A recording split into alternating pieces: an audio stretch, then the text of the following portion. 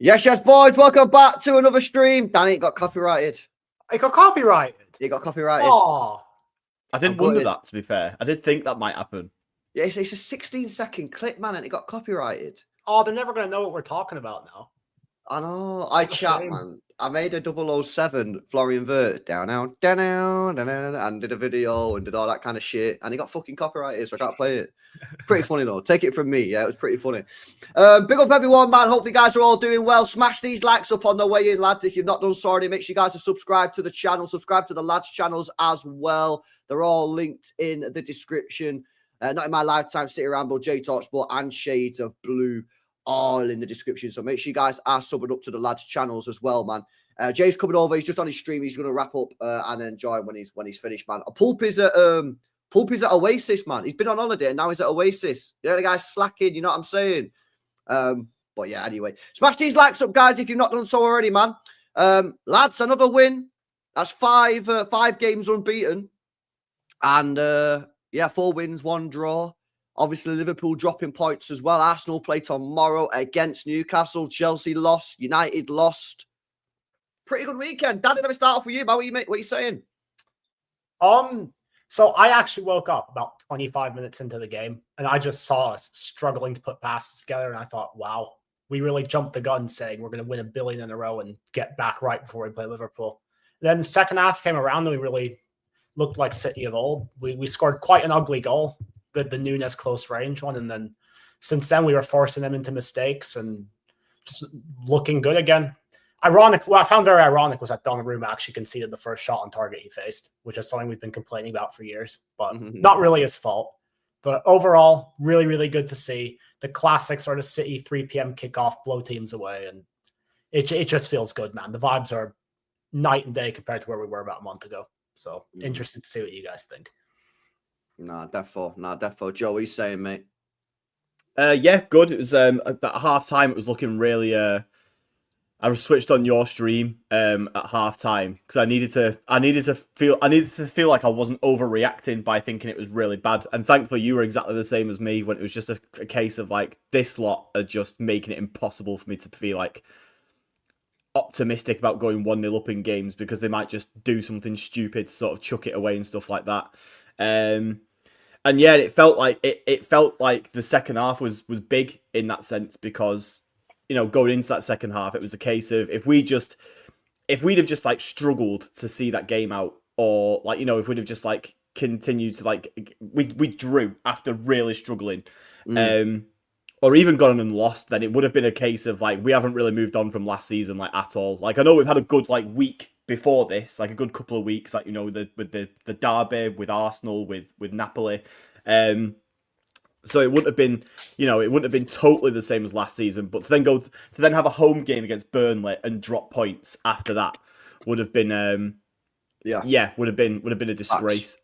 So it's good that the team did sort of turn up in that second half and just sort of put the game to bed. But I think the last sort of 5 minutes we got a bit stat paddy in those last 5 minutes, did it? It felt like we'd had the scoreline fluffed a little bit by Burnley sort of throwing the game away basically with some like really shit errors at the end. But ultimately we got the win, and I think we were good for it. Like, but that second half performance made up for the first half, which I thought that first half was, after about 15-20 minutes, we were just shit. So for us to actually, you know, then turn it around the second half, all good.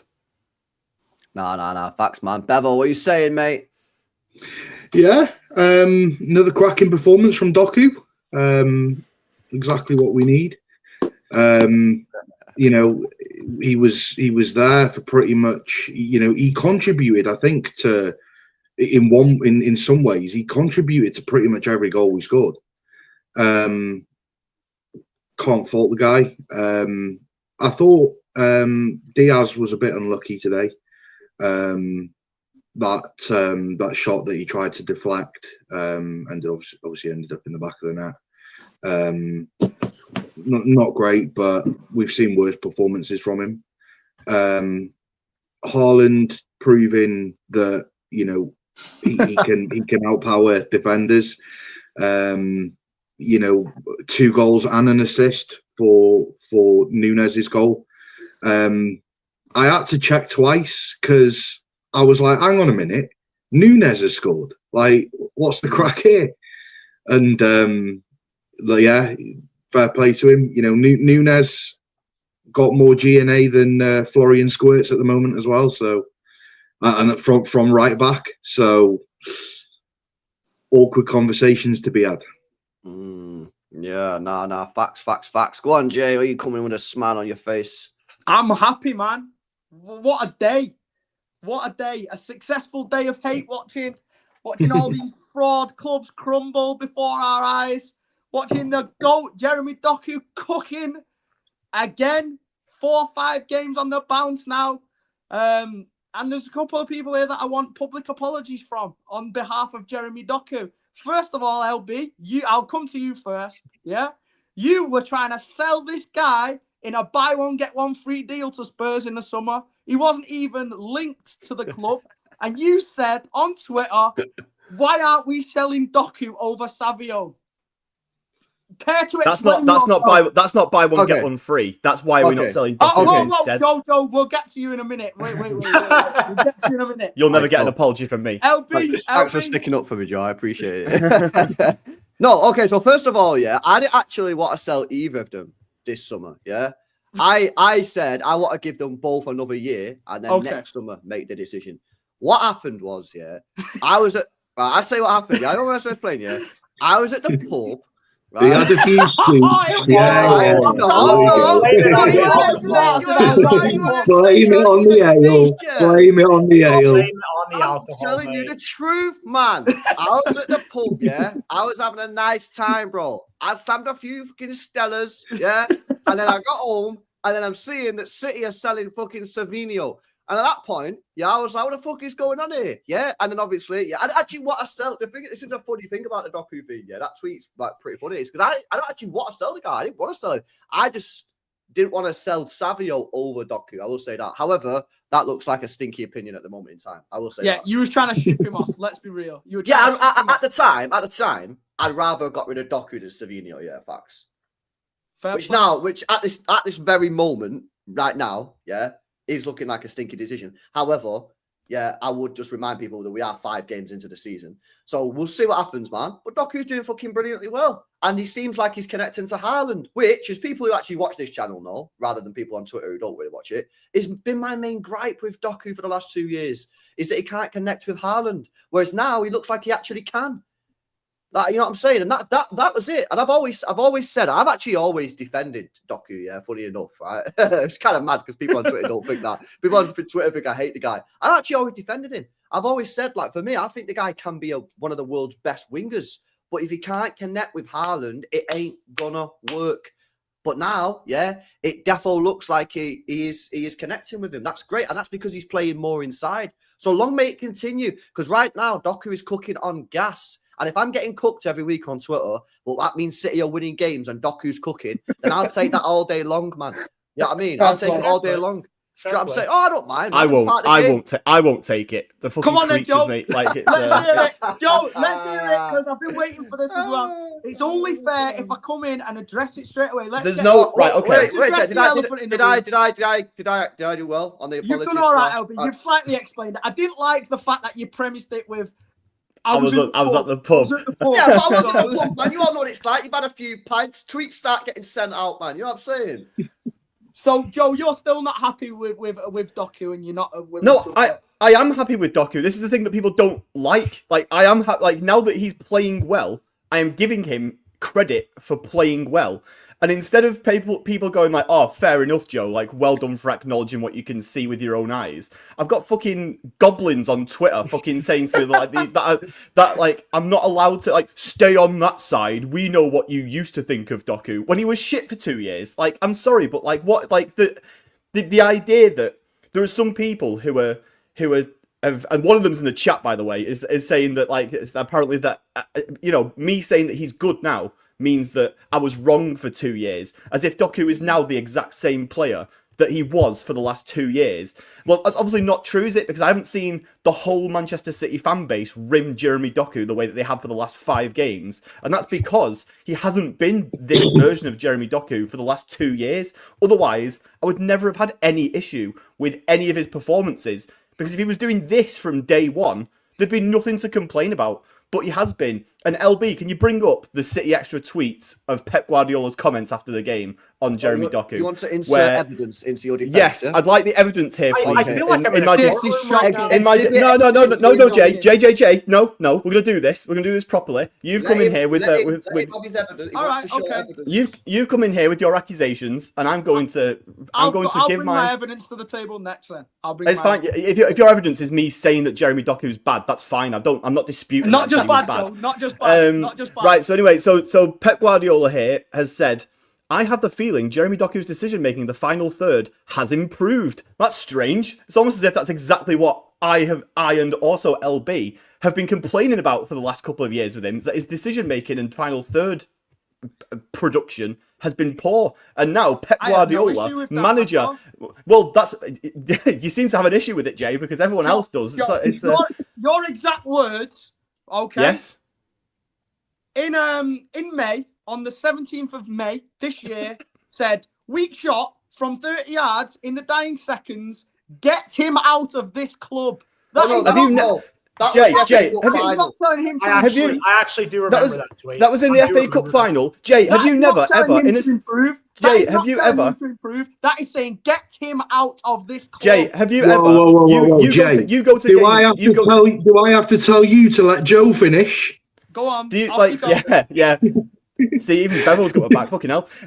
So like, you know what I mean? So Jay, have you ever been in a football stadium? I know you have because you go to games, and ever said something in the heat of the moment as something frustrating has happened that you don't mean? It's another pub excuse. Have you not? So okay. So I'm sorry. So black and white, Joe. It's not just saying it at a football. Yeah, because I'm not a gimp who deletes things after the fact. Like I could have deleted that after the fact, but I didn't. And all these absolute creatures who think because I've tweeted something once that my opinion can never ever change. Absolute fucking idiots, and I don't take any of it seriously. And you, Jay, you and Steve, who were getting on me before, as if Doku has been this guy for 2 years. We've always backed him. To be fair, we have always backed him. To be fair. Yeah, you have blindly, but just because you now happen to be right, you've taken the lottery, and it turns out that it's come up heads instead of tails. Because we explained all along. We explained all along why we was in there with Doku and why we were willing to give him a chance. Yeah, because I saw a player that was the best at going past someone in world football, and we all did. We agree. All he was missing was a sprinkling of composure in the final third, and I was telling you all along that which we agreed with. We all agree with all of those things. Right, we're still missing the point here that you were saying get him out. Yeah, because I'd seen it for two. I'd seen it for right. No, I'm sorry. The get out of this club when he had a chance to do something in the final seconds of an FA Cup final we were losing and put that shot out. And I tweeted something in anger. I'm not taking that as concrete proof that I like want Jeremy Doku sold or anything like that. So you didn't want him sold. So did you not want him sold? If it was a choice, same as LB, if it was a choice between him or Savio, I would have picked him, yes. But I wasn't. As anyone can check my Twitter for the last fucking 6 months, I haven't been relentlessly tweeting sell Jeremy Doku or anything like that. It's funny you should say that because I've actually got another tweet here that I'm going to read out right now. Right, Jay, do you hear the word relentlessly? Do you hear the word relentlessly there? Let me just do this one more because that is a perfect segue into this next tweet. On the 15th of March, 2025. Oh, Jay, I've got some receipts on you that are coming out later. This is going to be good. Said, we should sell Grealish this summer. That's obvious. However, I'm getting to the point where we should also sell Doku. So you wanted him out getting to the point again, twice in a row. Getting to the point, Your Honour. Getting to the point is not an admission that we should sell him. That is me saying. You didn't want to sell Doku. That's me saying. At the current trajectory of Jeremy Doku, which was happening at the time, that I could see a world where we'd sell him. No, that's not what you say, bro. You said we should. That's what he said. That's literally what he said, bro. He said at this current rate. No, I'm not. And you can't sit here and tell me now that you didn't want Doku out of the club. You cannot say it. Just own it. Why can I not say it? I know you can't tell, but like my eyes are watering right now. I'm laughing so hard. Jay, Sorry, look, sorry. I get it, Jay. What you did is you put it all on red with Jeremy Doku, and red's come up, and it's fine. That's great. That's all good.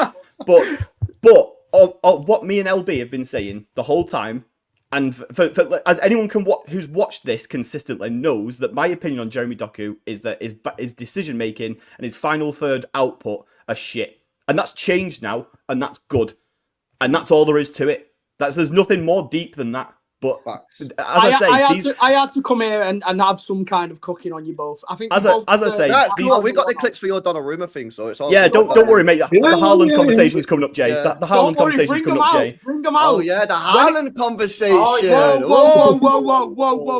Let's not go there, because at no point did I say I want Haaland out of the club. No, but Jay, you said. If I may present some evidence, Your Honour.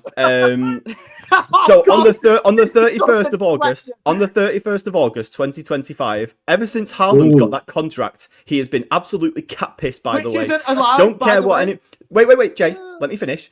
Don't care what anyone says. Can't just keep spamming braces against bottom 5 teams and pulling the wool over our eyes. Step up or step out. Step up or step out. There's nothing wrong with that. Listen, yeah, I was telling Haaland to improve, and he's listened. He's listened to my advice. 16 goals and assists in all competitions in less than a month since that, by the way. It's because he's 16. listened. He's listened. He listened to the advice. I said that he needed to get more involved in games. I said he needed to be more of a killer. I said he needed to be more of a leader and a captain. And guess what? He watched the stream, he listened, and he stepped up. But can you not say the same? Can you not say the same about Doku though? With what Joe said. No, Yeah, because Joe said I need to improve in the final third, and then he has. I didn't say get him out of my club. You said step up or step out. You said step up or step out. That's exactly what Joe said. I gave him the option, and he chose to step up. You told the best striker in football, in world football, to step up or step out. This guy, man. He picked the right option. He did the right thing. He stepped up. He listened to me, and look where we are now. Option. Have you heard yourself? It's fine. We'll let the audience decide, Jay. It's fine. Don't worry about it. Yeah. Let us know in the chat. Put a vote in the chat. Put a vote in the chat. Mate, we won 5-1 today. You'd never be able to tell. I know. No, it's all fun and games. I had to do it. I know. It's funny, man. It's funny. Now, big up, man. Right, now we've had our little fun. Should we actually, do you want to actually have, a proper conversation on Doku? Now that we've, Oh, sure. He deserves it, yeah. Yeah, who wants to kick us off on the actual real talk now? On a Jeremy Doku? Let Danny or Bevo start us off now, I think. Oh, go on, Bevo. I'll let you start. Go on, Bevo. You start, bro. Yeah, I mean, he's consistently doing well. Like, the last 4 or 5 games, he was giving it the big talk, over the summer, saying how, he's having talks with Haaland, and he's in his 3rd season now. Our fellow YouTuber saying how he wants, this has to be his season, and we're all in all fairness, we're all sitting there going your talk is cheap. We need actions. You can't just sit there on a video on YouTube and say how you want to improve, and it's crucial that you improve this year. You've actually got to go out there and do it. And he's a man of his word. He's taken his word onto the pitch, and long it may come. He's the link up with Haaland is much better.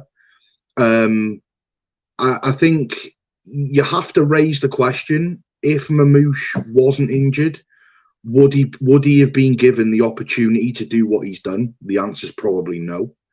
I think if Mamouche was fit, I think Doku wouldn't have been given the chance to impress the way that he has.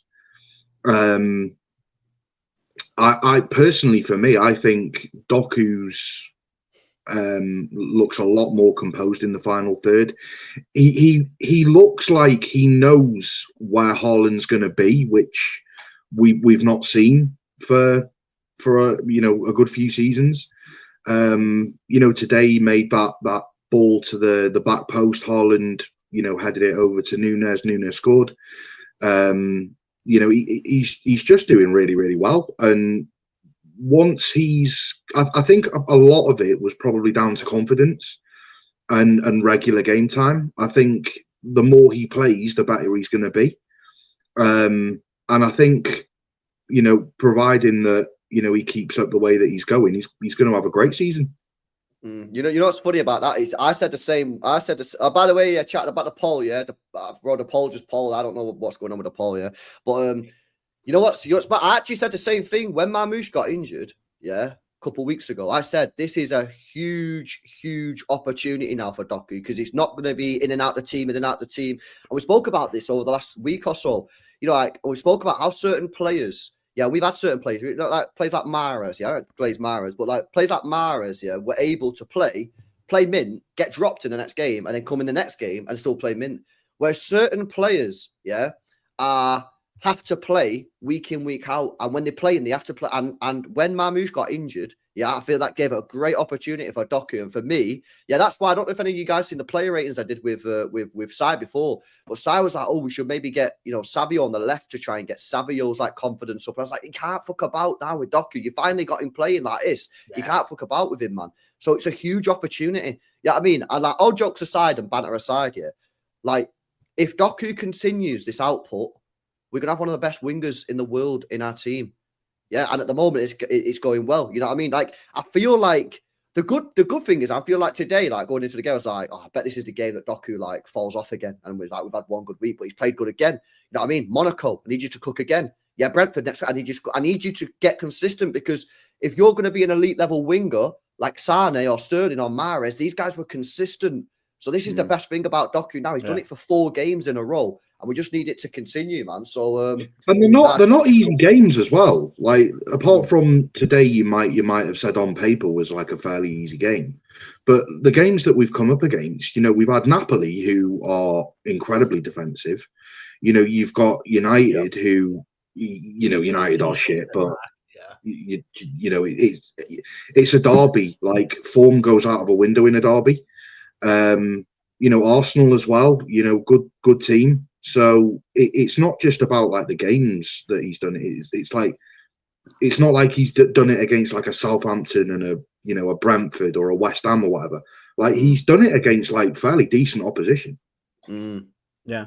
I think another thing as well with him that's even better is like, I don't even, like, if he didn't get an assist today, like he hasn't had an assist in a couple of the games that he's played before this, like while he's still been playing really well. Like, I don't care, like, because his actual, like, what he's doing otherwise is still really good. Like, one of my sort of criticisms of him, like, over the last sort of like time, the last year or two, while he's not been great for me, is that if he doesn't get a goal or an assist, I don't really see what he was bringing to the performances. Like, obviously, he was running past defenders, but I don't really see that doesn't do anything for me if you don't get a goal or an assist at the end of it. Whereas Whereas at the moment now, like even just like it doesn't have to be a cross that leads to a goal. Like it just needs to be like a decent pass, like picking out a City player like in and around in a decent position somewhere. And I think even that bit of his game's improved to the point where I'm not bothered about him getting a goal or an assist because I know that currently what he is doing is still a good decision, like no matter what. And that's the sort of the best thing about it, really. It's the same with. Obviously, I got a lot of shit for being quite defensive of Jack Grealish because obviously he didn't get goals and assists. But when he was playing, I saw what Jack Grealish gave us that wasn't goal or assist, and now I'm kind of at the point with Doku, so certainly his last couple of weeks, where I'm seeing the same thing with him. Where if he isn't getting if he isn't getting GA, that's fine because I'm still seeing what he is giving us without that, and that's much more important to me than whether he actually does. Obviously, we still want wingers that contribute to GA because that's been our biggest problem for the last year, hasn't it, really, that no one does that. Yeah. But if he isn't doing that, but he's still putting in performances where I'm like, sick, I want this guy to start again next game, like regardless, then great, because that's what we all want, really. We want players who are just ultimately playing well, whether that leads to goals or assists or not. Look at the one against Arsenal, though. Yeah, like, look at the one against Arsenal as well. That ball that he threaded through to Haaland, where Haaland should have squared it. Yeah. Like, just those decision makings, like, ultimately, it wouldn't have gone down as an assist because Haaland should have squared it to Foden. but it's about being like in and around the assists, like even like pre-assists, just offering something, you know. The first goal was exactly that. He put a cross and it wasn't a great cross, but it was in like what they call the quarter of uncertainty. They had to try and make a play on it, and it ended up being an own goal. That's all I need from you. Put the ball in and make the defenders make a play. And that. Yeah, you know what though? It's just Haaland. That's my point. Yeah. Nah, facts. You know what though? Going back to what Joe was just saying then as well. I thought the Arsenal game, right? I was going to say that. Overall was probably his better game, right? And I know today people will be like, yo, he got man of the match today. He did get man of the match today, right? But I'm talking about overall performance. I thought what he showed against Arsenal was he actually showed what Grealish used to do a lot, like getting us out of shit, winning free kicks and that. Yeah, but he also had that like goal contribution threat to his game as well. And if he can combine both of those together, then you're going to have someone that can do the Grealish thing, you know what I mean, of holding up the ball, getting us out of shit, winning free kicks, dragging the team up the pitch, but then someone that can get GA. Because I think in the end, you know, with Grealish, like, in the end, it probably was the GA that fucked him over. Because, you know, when, like, what he did off the ball, working hard and keeping the ball and all that, that's all well and good. But when you're drawing 0-0 or you're drawing 1-1, people are going to look and you've gone a whole year without scoring. You kind of get to the point where you're like, I do recognise what he's doing off the ball and all the hard work, but it is about putting the ball in the back of the net. And I feel like with Doku, especially that performance that I saw against Arsenal, we're witnessing potentially, it's still early days, of course, I don't want to start like glazing too much, but potentially you're looking at a player that can do both. That's a fantastic point. That is a fantastic point. Because in the past, we've known him as like the low block specialist. He faced 10 at the back. He'll beat his fullback. He'll put the ball in. If he's able to impact games, or we're getting cooked, or we're getting boxed in, if he's able to be like a threat on the counter and not just a threat in open play, then you've got a really complete winger there. Because that's what was so great about Mahrez. He had the tools to break down a low block, but at the same time, he never lost the ball. He had excellent ball retention. He could thread the ball through the players while we're on the counter. So if he can impact like different phases of play, then that's where he needs to improve. That's where he has improved the most. It's not a GA thing, like Joe said. It's about the brain. It's about can you observe where the game is at and what the right next step should be. And that's it's also about playing to your strengths as well. Like if you look at Grealish did something which Jeremy Doku couldn't do, and that's the tracking back. Like I mean, there's a couple of different times, but the one that sticks in my mind is game against Liverpool a few years ago, where he tracked back, was one-on-one defending with Salah, slid in, got the ball, played the ball up the pitch, and then ultimately it ended up in a goal. Like that tracking back and that dedication to getting back and defending is something which Doku won't offer us, but that's part of Grealish's strengths. So if Doku can play to his strengths, and that's like one-on-one, you know, taking on one-on-ones and stuff like that, which, let's be real, Grealish didn't have that in his locker. But that's fine, because I just want to see him play to his strengths rather than trying to do something that he's not capable of doing. Yeah. No, I hear it, man. I hear it. It's definitely positive signs. Like I say, it's you know, it's what is it, 4 or 5 games now, so hopefully he can continue this, because that's what I think with Doku. He's into his 3rd season, and I always go back to that funny enough, I always go back to that YouTube video, that he done on his own channel, and I got like kind of positive signs from watching him, because he knew that this year was a massive year. I would have been really worried if I watched him and he was like, I've had 2 mint years, I'm going into my 3rd year, everything's chill. But he didn't. He sat there in his YouTube channel. He was like, this is my 3rd year. I need to cook this year. Right? He didn't say it exactly like that, but that's basically what he said. And I was like, the guy knows, and the guy's responding now. And, you know, let's see what happens, man. But, you know, I feel a couple of things that Pep needs to keep on playing him. Because he's not a player that I think you can just take in and out of the team. And, you know, just keep doing what you're doing. Keep coaching, keep working with Haaland, keep working with Reinders and Foden. I think Foden and Reinders as well, we've not spoke about them. Them two getting into the box is helping him. How many times is he getting the ball to them, man? But just keep on getting, you know, it's consistency. That's what we're looking for, man. 3rd year of your career at City, by consistency. But it's defo looking good, man. Yeah, that is the worry. If you can sort of take getting benched a game and then come back on the weekend, because we're going to be playing 3 games a week. So that is true. We cannot play the same lineup every week, 3 times a week. So, he did well, because technically he sat in midweek. He came back in, played very well today. So that's a good first sign. But again, like we'll have November. We have Liverpool, and we have, I'm sure there's also on either side of that. So He'll probably It'll have to also- sit through those games. It'll also be interesting to see how he responds to an injury because he gets a lot of muscle injuries. Muscle and I feel injuries, like at some point one is coming, and if he gets that and he's out for like a month or so, does he just like come back into it straight away? Like, is that fine, or does it take a while for him to sort of get back into it? So we'll see sort of how it goes in future. But yeah, I think he just needs to maintain his consistency because. Yeah, if he has 5 stinkers after this, Jay, I'm coming back for you. It's going to be To be fair, we did say that after 2 games as well, and he's carried it on. He's yeah, done the absolutely, 5. yeah, He's done the yeah. 5. He should, and yeah, fingers crossed it continues because kind of with LB, the more that I get shit on Twitter is because he's actually doing well. But I'd like all the absolute creatures to stop getting into my replies every single time he has a good game. Sorry, Joe. I'll try to stop, mate. I'll do All right, let me hit some of these chats, guys. Make sure you are smashing this likes up if you've not done so already, man. Over 800 people locked in. Let's get these likes up. Big up Snoopy says these past 2 seasons we've become a different team after the first international break. Last year for the worst. This year looks like for the better, says Snoopy. Yeah, man. Well, we've got another one in a week, so let's hope we don't come back off that be shit, innit? You know what I'm saying? It just feels so much like that COVID season so far. We start like shit. Everyone thinks Liverpool's unstoppable, and they start dropping off little by little. I hope it ends like that because that's the vibe I'm getting so far. Well, I don't know about you guys, yeah. I don't know about you guys, but I big up Snoopy, bro. I don't know about you guys, but I think we're a good team, right? And I think at some point we're going to click into gear and start like playing really good football, right? My point has been, and we've been having this conversation with the chat over the last week or so, is like, at what point in the season is that going to arrive? Is it going to arrive too late? Are we going to be out the title race by that? But obviously, at the moment, we're only 5 points behind Liverpool. We're now 5 games unbeaten. I don't know what's going to happen in the next couple of games, but I'm trying to get like positive and try to believe that, because I think we might go unbeaten now till the Liverpool game. I've looked at the fixtures and I'm going, I think we can go unbeaten until the Liverpool game. Does it concern you that?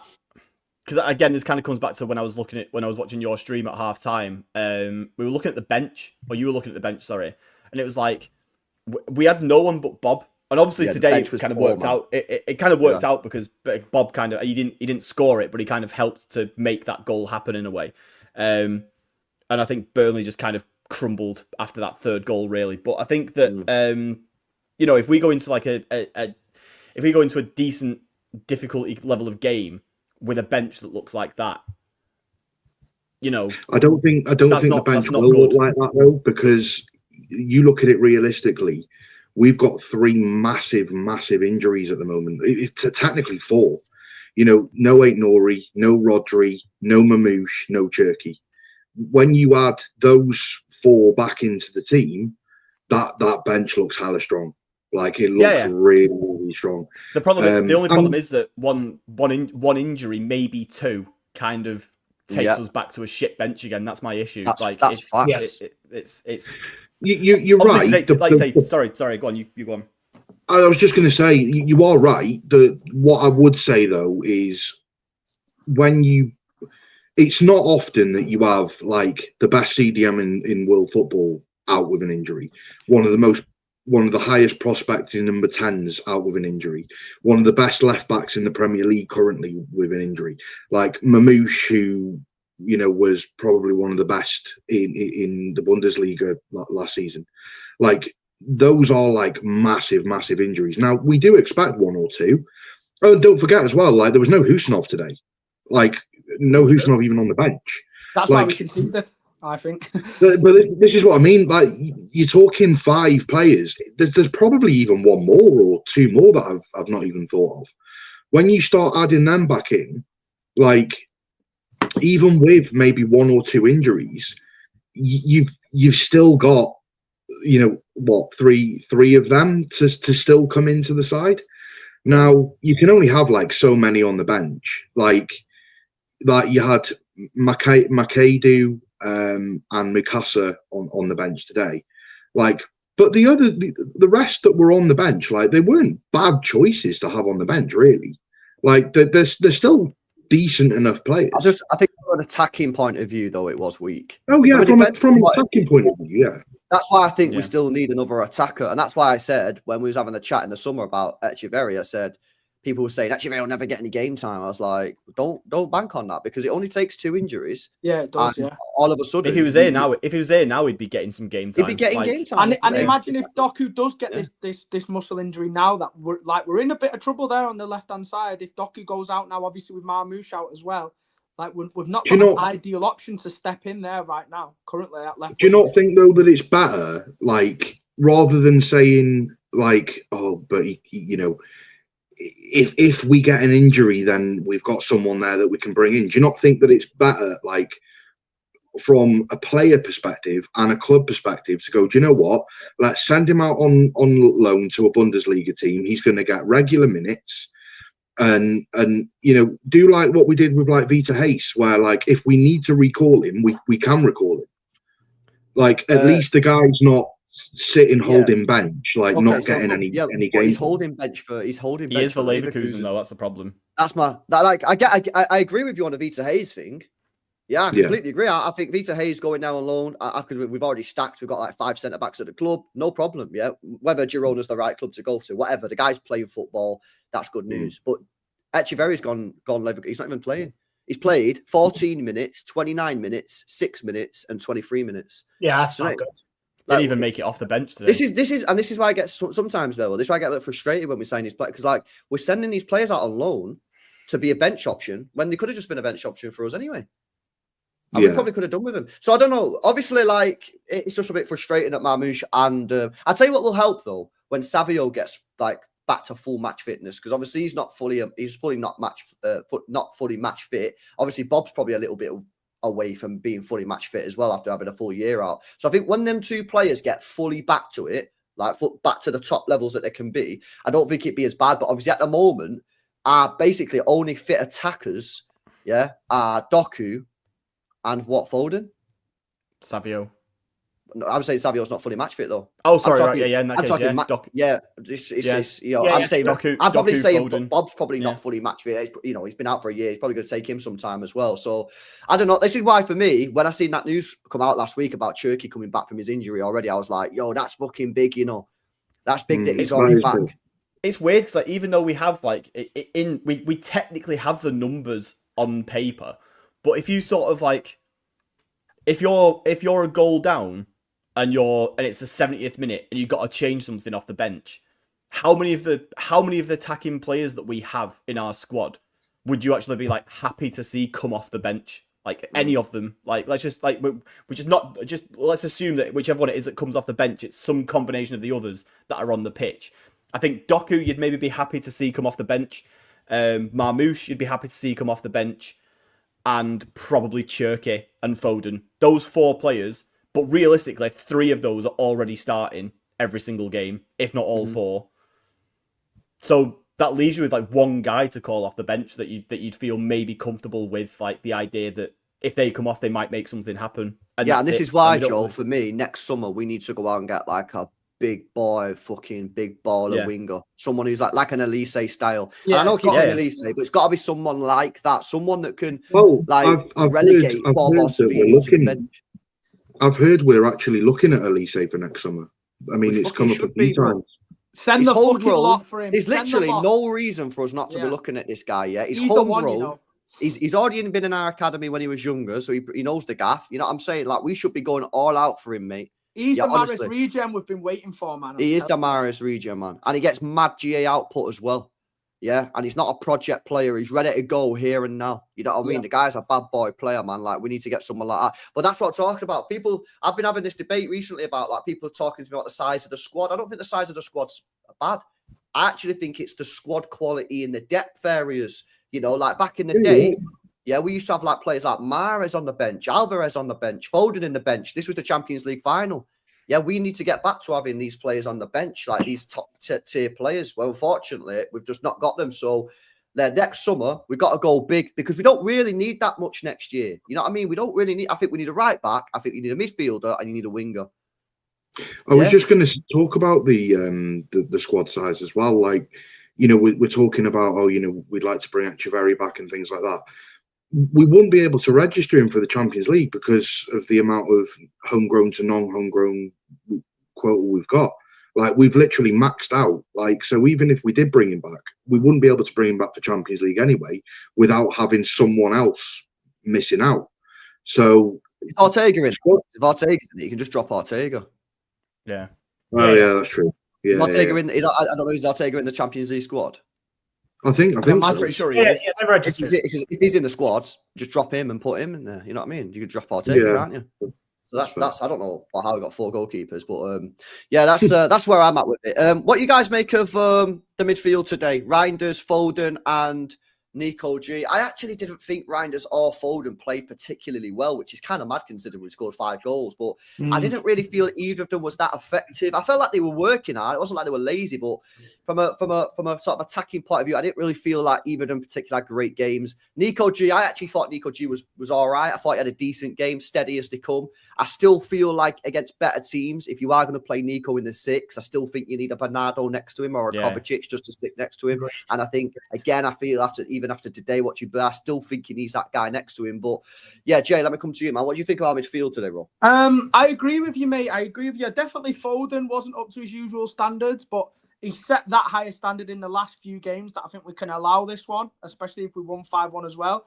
I don't think the game really suited Reinders' style of play down to the ground, really, playing against the low block. I feel like Reinders thrives when he kind of has a lot of space to run into and make these runs in and off Haaland and be able to like kind of crash into the box in space. And if a team's playing a little bit more of a high line, he seems to get in behind quite a lot as well, we've seen. So I don't know. He has been off the boil, hasn't he, the last few games, Reinders? And I know he's getting starting to get a little bit of stick from the fan base now. We want him to step up, but obviously it's still early doors. I can see the quality there in him. I can see him bringing things to the team as a midfielder that we've not seen for a long time. When I've spoke about his runs off Haaland, his box crashing, he's picking up a lot of those areas just inside Doku and giving him that 5-10 yard pass inside option as well, rather than him just having to go byline every time. So I definitely see the positives of this guy. I think it's just not quite clicking for him at the moment with the speed of the game. He seems to take a little bit too long on the ball sometimes, but I'm convinced it will still come. And yeah, I think Nico G was all right. I like how he tries to actively win the ball back early. So when the midfield of the opposing team tend to get on the ball, Nico G's always in there trying to nick it away. I think he's probably our most combative. Yeah, it's a good question on that though, because I actually think sometimes that causes a bit of a problem. It does. I think sometimes he goes in. You know what it reminds me of a little bit? Yeah. It reminds me of Cancelo in that regard. Yeah. Cancelo always used to do that, and that used to piss me off when Cancelo used to like dive in to try and get the ball, and then sometimes he wouldn't be able to get it, and then they'd spin. Yeah. There was an instance of that, like middle of the second half, and they had a counter because of it. Well, I think that's why it would be a problem against the big sides, but obviously against your Burnleys and things like that, you want to try and win the ball up like as high up the pitch as possible when you're playing against the low block.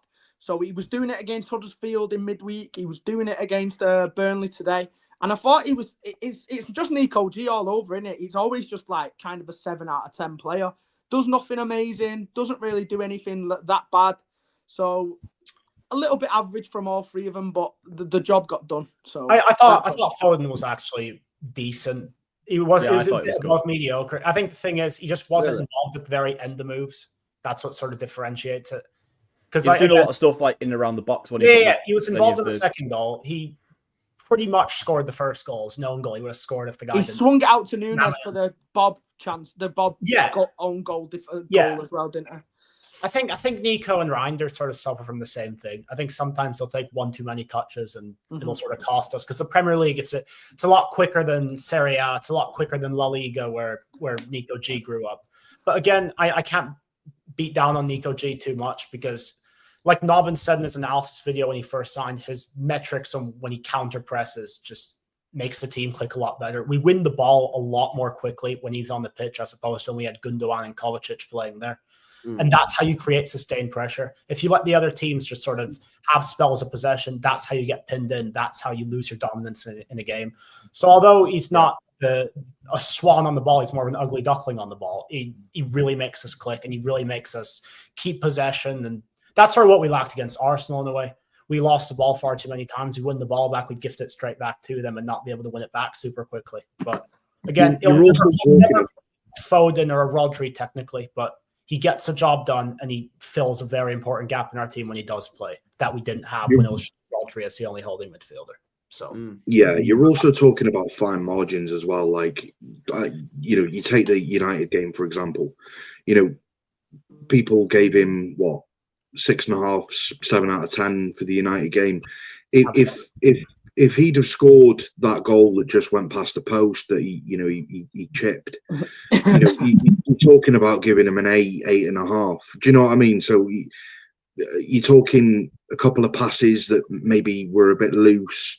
You really are talking about fine margins, like in these games. Like, you know what I want to test out though, Bevo, me.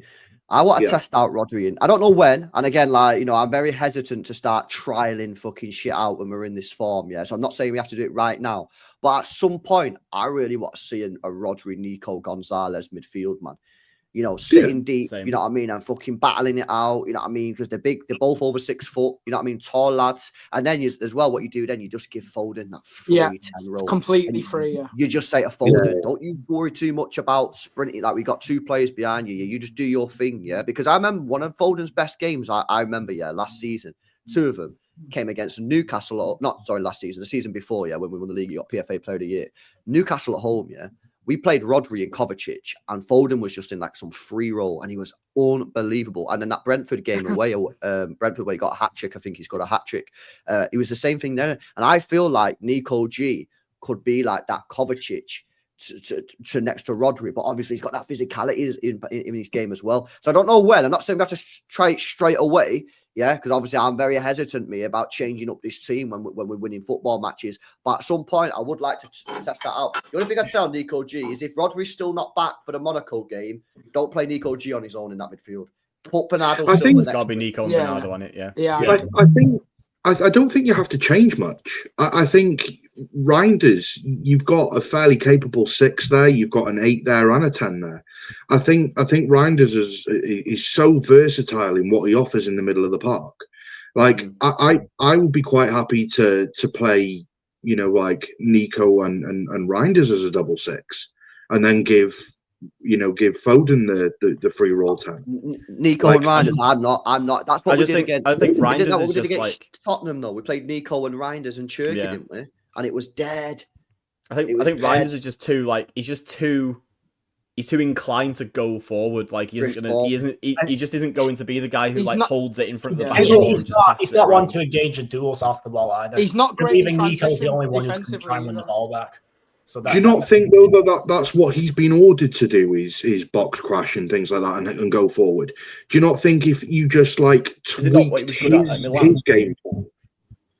Like, it was what he was good at Milan, but like I've also seen him towards the start of the season. He played as the lone 6 and did a really, really good job.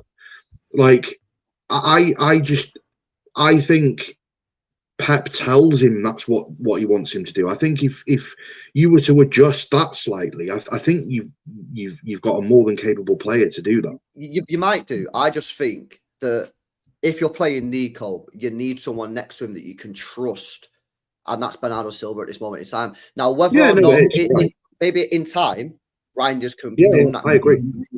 But based off that game that we've seen against Spurs, where Nico G just looked like he was just left on his own in midfield, like I just think you need to just stick with Bernardo next to him. Or when Kovacic is fit, Kovacic could probably do it. But right now, I think Bernardo this year is just going to be the guy that Pep just like trusts to do certain things in this team. Like when we seen him play right wing the other week, no one really wants to see Bernardo. I had a bet with Pulpy that he'd never play right wing. No one wants to see right wing Bernardo, but he'd done the job that Pep wanted him to do. When he's played in midfield and he's played next to Nico, he's just doing the job that Pep wants him to do, and it's allowing other people to flourish, man. But listen, I think Nico's got a big season ahead of him, man. But I think he just needs someone next to him for sure. I think you've got 2 arguments there. I think you've got a couple of players that are going to really struggle to get themselves back into the team. I think Aït-Nouri when he's fit, I wouldn't be putting him ahead of O'Reilly at the moment. I think O'Reilly's playing brilliantly. Congratulations on his new deal until 2030. And then you've also got the one with Doku as well. Like when Mamouche is back fit, Sorry, you got to play your way into the team. Well, Like, Mamouche a hasn't good been better than one to have. Mamouche hasn't been better than Doku going back to the end of the last season. If you're being completely honest, No. this isn't a brand new thing. But yeah, going back to Pirlo away. I'm not saying you can't ever play what he did today, but we're playing like a team that's probably going to be in and around the relegation zone. I'm saying if you're playing any decent team, like from 15th up, and you're not playing Rodri, then I think you need someone to sit next to Reinders. If you're playing teams at the bottom of the table, yeah, you should be able to play Nico G on his own. That's the point that I'm making. All right, and boys, anything else on the midfield? No. All right, well let's go to Nico O'Reilly, man, because in fact, big up Bat Vasco says, "Yo, my guy was triggered." This was about the debate we was having before about Doku. Yeah, it was funny that, man. I can't lie. Yo, LB, sorry, yeah. I'm gonna try and catch the last half an hour of the Ryder Cup, man. I'm sorry. Yeah, no worries, bro. It's all booting off over there, and I want to smash these. I've seen it on Twitter. Yeah, no worries, man. Big up, man. Big up, everyone. Big up, man. See you in a bit, bro. Ciao. See you in a bit. Now, going back to what? Let me put. Yeah, there we go. Let me put going back to what Bevo was saying about Nico O'Reilly. Yeah, I gotta say, yeah, big up Nico O'Reilly on a contract, but bro, you're playing unbelievable right now. Yeah, you are playing unbelievable right now. I think defensively, I'm much more secure with you there than what I've seen from Ait Nouri. It's early days, that can be changed. I'm only judging what I've seen, and I just think he just proper suits the setup. He's another lad that's over 6 foot, so helps us aerially. You know what I mean? I just think at the moment the guy's just cooking, and I agree. When Ait Nouri gets back fit, he ain't coming back straight into this team. He's gonna have to work for his position, man. Exactly. Like, congratulations, man. O'Reilly's been unbelievable, man. He's been cooking on gas. Go on, Danny. No, I've been very impressed. I mean, I've watched him for years in the academy, and never in my wildest dreams did I think he'd play left back, let alone to this level. I think the most impressive thing is, like you said, he's 6 foot tall, and he uses that to his advantage. He was never like great defensively, but if you're big, you can sort of do a job there, and he's done more than a job there. And obviously, he helps with the build-up very much as he goes forward. Still needs help in central area. It's not super clean, but for now, excellent. And I don't think anyone despises him right now. So he fully deserves that contract. I need him to keep performing at this level. I think in the old City extra days, there's a man or machine video coming out in the next couple of weeks about it. Oh yeah, man or machine. Yeah, that's crazy. But do you not think though, right? Do you not think he is really good defensively though? Yeah, but I never thought he'd be able to cope. I mean, nobody ever thought he'd be able to do it. I mean, the guy's a midfielder, isn't it? Like, when he made his debut in 2021 for the under-18s, the guy was a striker. Like, I could never have imagined. I'm sorry, players. When I watched him in the academy, I think I only ever seen him playing as a striker. Do you know what I mean? And I was like, and then when I see him like this, I'm like, what the hell is going, man? Do you know what I'm saying? The guy's just cooking, man. I can't lie. Like, I don't know, just keep it up, man, because defensively you're solid. And that's something that we've not had at defense. Like, you know, our defense has been so whack, like, over the last year. It's been awful. And now I'm actually going into games thinking, you know what? We actually might keep a clean sheet. Now, if Huzanov's there, I still reckon we'll concede. But if Huzanov's in that team with that back four, I'm looking at that defense now going, that's not a bad defense, especially with Donnarumma behind. Yeah, and like Marcus said, he's pocketed in Burma, Madueke, Saka. It's like he's actually been tested too. It's not like we're just throwing him in for nothing games. We've trusted him in big games, and he's totally shown up. I don't want to see Husanov play anywhere other than right back. I think he's been class, absolutely class. Yeah, this season I wouldn't move him. I'd keep him at right back. Next season, I'd buy a right back and put him at the right side of centre back. I think Huzanov and Gavardio is something that I'm already thinking about going forward, man. I think that could be some joke centre back partnership, man. Like, 100%. Unreal. Honestly, it could be unreal. I think it's just I think I know he had a good game today, Nunez, but I think my problem is always that we're always with one injury away from seeing Nunez become our starting right back again in his defence, and that's a problem because he isn't a right back. Like, he's not for me. He's not good enough to do it for us any kind of like long term. So if Kusanov stays fit, great, because we don't have to see it then. But the issue becomes that if we do see Kusanov have like a month out or something like that, and then that means that Nunez is going to be our starting right back for a month, and that's where I have like concerns about our defence. Because otherwise, like you say, the left back currently absolutely fine with Nico O'Reilly in there.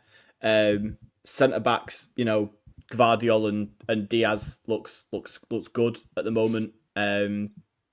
It's just that right back spot. If Kusanov's there, I feel good about it. But otherwise, and also it's just as simple as if Kusanov's not there, we don't have the recovery pace that is so like important to what we do going forward as well as anything. Like we can be much more risky going the other way because we know that we've got some guy coming. Like the same thing that Kyle Walker did for us for God knows how long. Like we've got someone going the other way who can stop counterattacks, and without Kusanov, we don't have anyone who can stop counterattacks. Like it's just as simple as that. It is 100% facts. And you know what? This only really someone highlighted it last week. I don't know if it was someone on the panel or someone in the chat, but soon as someone said this, I was like, you know what? You're spot on. For me, the Nunez thing ain't even about Nunez. It's about the other players, bro. Like I think he unsettles the defense. I think he makes the defense nervous. I feel like season that's totally fair. Yeah, I feel like when you watch like Diaz next to Huzanov, yeah, and even when this isn't even a Nunez thing because Nunez like can have a good game. Like he had a good game against Arsenal in the second half, but you can tell the defense just starts to shit himself, especially Diaz. I feel like Huzanov comes in there, and I feel like that everyone's just chill. So yeah, for me, go on, bro. I was just going to say it's weird though because you look at both left and right back at the moment. Like both of them are actually like offensive players. Like Nico O'Reilly was an offensive player. You know, Nunez was an offensive player. You're bringing them both into left back and right back. Now, you look at Nunez. Nunez looks like an offensive player. He looks like going forward, half decent. You know, he got a goal and an assist today. But then you look at O'Reilly going forward, like offensively. You would now look at O'Reilly and think, nah, you're a left back. Like you wouldn't like you look at Nunez and go, you're a right winger. But then you look at O'Reilly and you think, nah, you're a left back. You're not like an offensive player. So it's weird. It's weird to see like the contrast considering they both. I agree with this though. I do think there's a place for Nunez in this squad this season. For sure. You know what I mean? I think against the weaker teams, I don't really think you need Huzanov playing right back against the weaker teams, especially at home. I think you need someone like a Nunez to get forward like he did today, because I think he's like, let's give Nunez his credit, right? Going forward, he's very good. Yeah, he's actually very good, man. His numbers prove it. Yeah, he's very, very good. It's the defensive thing. Where if you play in a team at home where you're basically doing no defending, well, why have you got fucking Huzanov on? You know what I mean? Unless you want to play Huzanov at centre back. I think so. Although I would say he was at fault for the goal today. Like I do think that it was partly his fault. Yeah. He's got to get out to that man quicker. Yeah. I think another thing with Nunez that kind of pisses me off about him, and I think we said this after the mix up with Diaz and Donnarumma last week in the Arsenal game. Things that fucks me off about him so much, considering that he played the first 8-9 years of his professional career as a midfielder, is that his passing is shit. Like his choice of pass in the sort of in our half / that sort of middle third of the pitch is crap. Like especially when he's playing it backwards towards our own goal.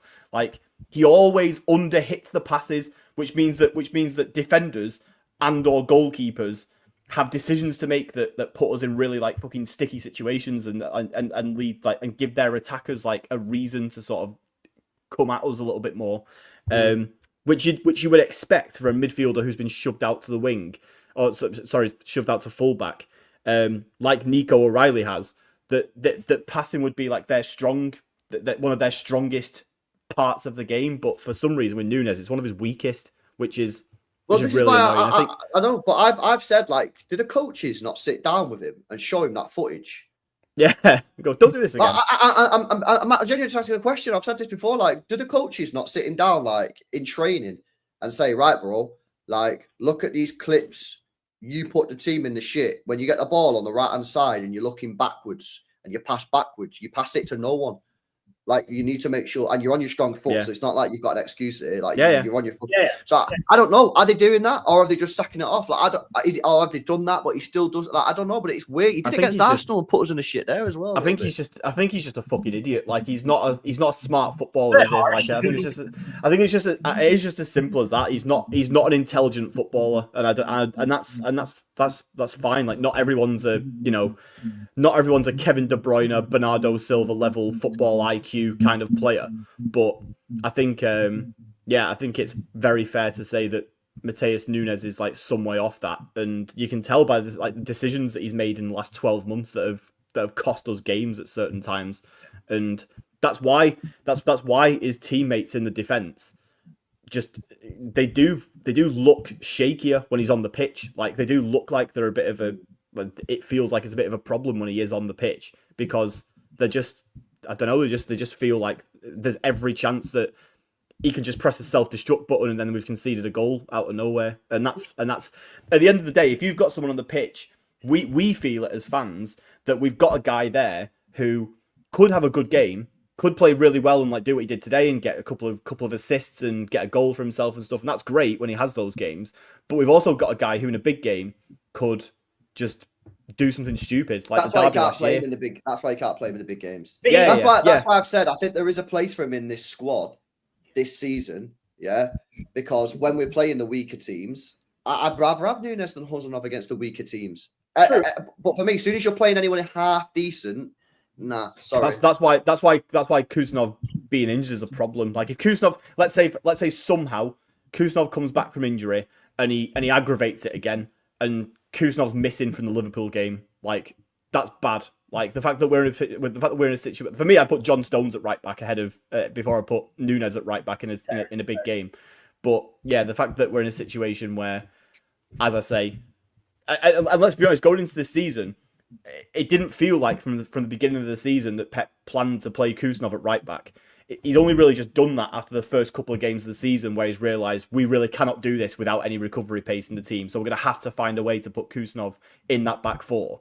And I think that the idea that this club went into the season comfortable with the idea that Nunez was probably going to be our starting right back is insane to me. But I think they've realised that quite quick. And maybe actually they are going to sign a right back in January, because they've already put Haaland there as the starter. So maybe they've realised, and in January they're going to go sign one. So I just don't think they will. I just found it a bit harsh because like Haaland has got everything to his game. Like he's good on the ball, recovery pace, he's aerial duels are second to none, one-on-one defending. You know, even you take those attributes out and talk about like his actual passion for the game. Like there was a time, I think it was the Napoli game, where he got taken on, got past him, but he got straight back up and straight back into position. Yeah, like there's no fuck around and find out with him. He's just an absolute unit in everything that he does. He even plays balls that splits the lines. Like he has everything to his game. The only thing that he's not good at, which I wouldn't expect him to be, is crossing and going forward. But that's fine. Like I'm fine with that. Yeah, we'll see what happens, man. But I reckon they might sign someone in January. Like I just don't know. I just have a feeling that we're not going to sign anybody. But you know, if Haaland is getting injured, like maybe it's a bit more serious than they think. Whatever, I don't know.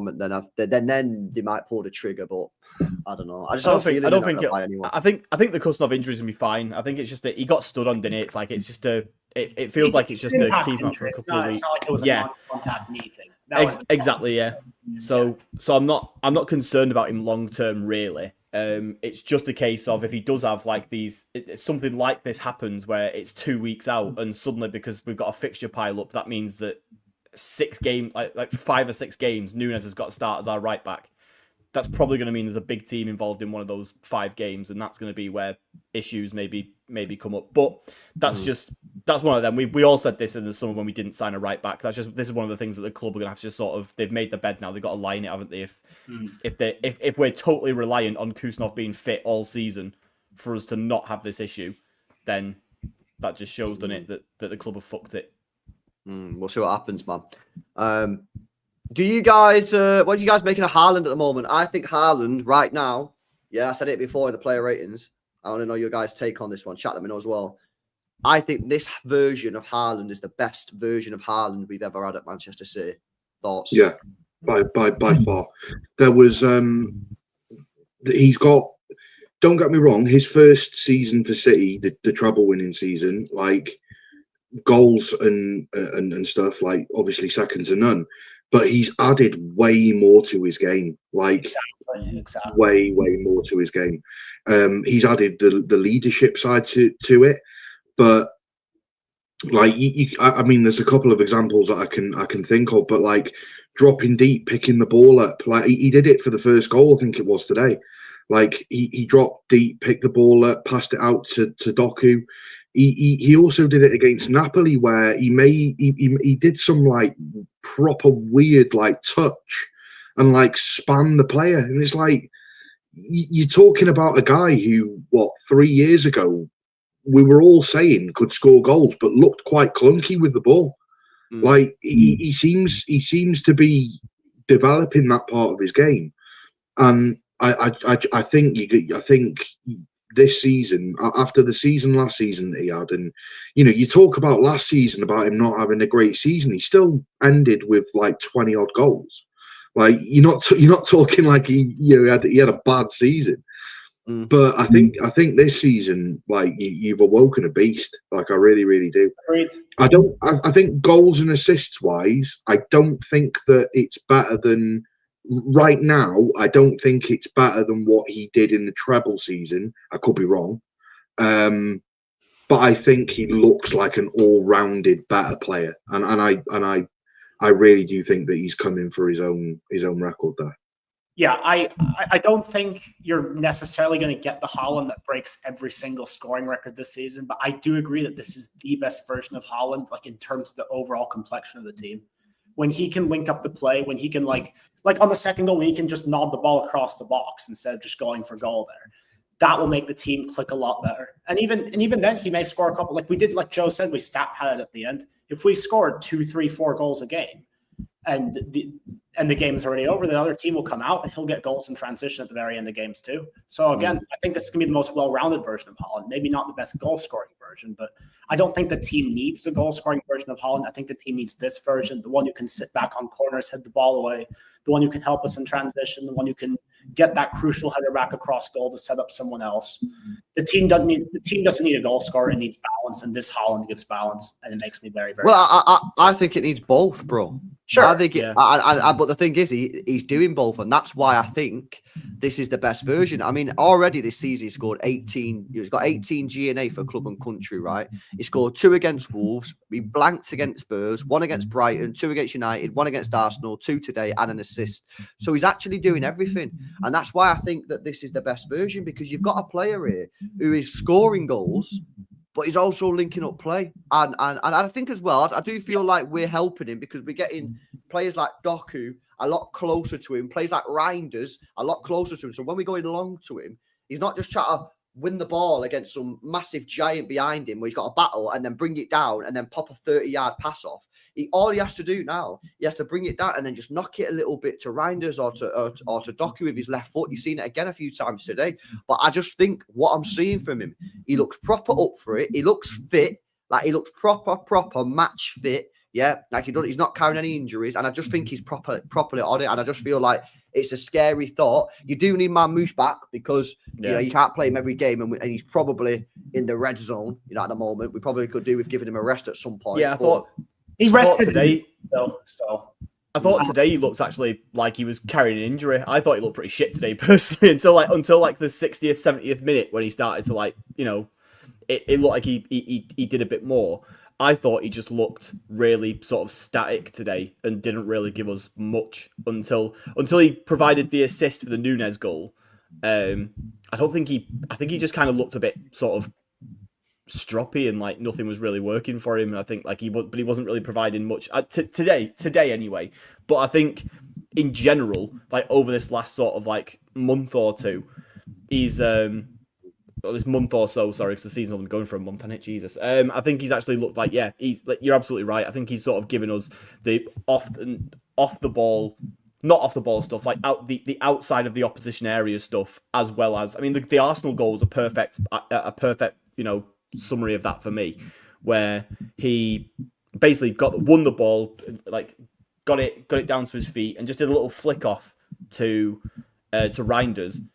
and then that was it. Then that started the counter attack that he's got the pace to get on the end of at the end of it, and that's like that's the kind of thing where, you know, someone who is just a tapping merchant, as people like to call him, League Two striker.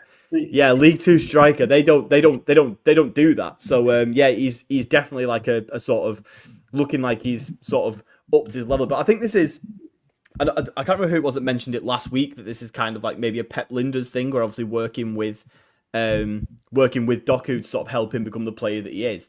I think he's probably been working with like quite a few of those forward players, and I'd be shocked if Haaland isn't also one of them. Sort of like, because I think, given what Lijnders will have no doubt done in sort of helping